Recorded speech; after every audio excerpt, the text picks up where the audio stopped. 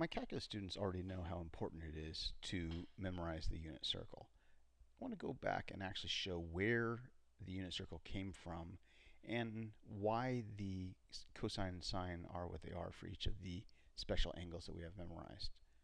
So if you've seen my videos for the 45-45 right triangle and the 30-60 right triangles, those are the special angles we're looking at. Let's start with looking at the 45-degree angle. So remember, a unit circle is a circle with a radius of 1 unit. So what that means is when I draw this over to here, that is 1 unit long. And let's make a right triangle out of this. So that's our right triangle. The hypotenuse is 1, and these two legs are the same. And remember from our special right triangles, from the 45-45 right triangle, to go from the leg to the hypotenuse, we multiply by square root of 2. Here we're going backwards, so we need to divide by square root of 2. So this leg ends up being 1 over square root of 2. If we rationalize this by multiplying by square root of 2 over square root of 2, we actually end up getting square root of 2 over 2. And then you'll notice that the other leg's the same, so this is also square root of 2 over 2. Now remember, the x component on the unit circle is the cosine of that angle. Remember, this is 45 degrees. So that was the cosine of this angle. We'll write it as the x component here. So this is square root of 2 over 2 is the cosine. And the sine is the same. It's the y component. It's square root of 2 over 2 also.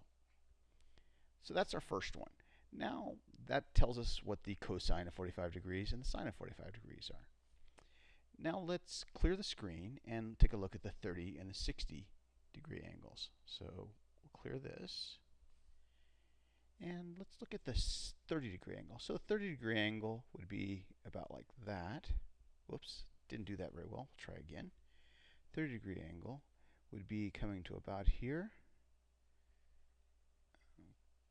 All right, so that's 30 degrees. And the x component, again, the hypotenuse is 1. The x component is the long leg. The y component is the short leg. So remember, to go from the hypotenuse to the short leg, we divide by 2. Or if you remember the other way I told you, you go from the short leg to the long leg, you multiply by 2. So you see we have this correct. Then if you multiply the short leg by square root of 3, you get the long leg. So square root of 3 times 1/2 would be square root of 3 over 2. So the x component is square root of 3 over 2.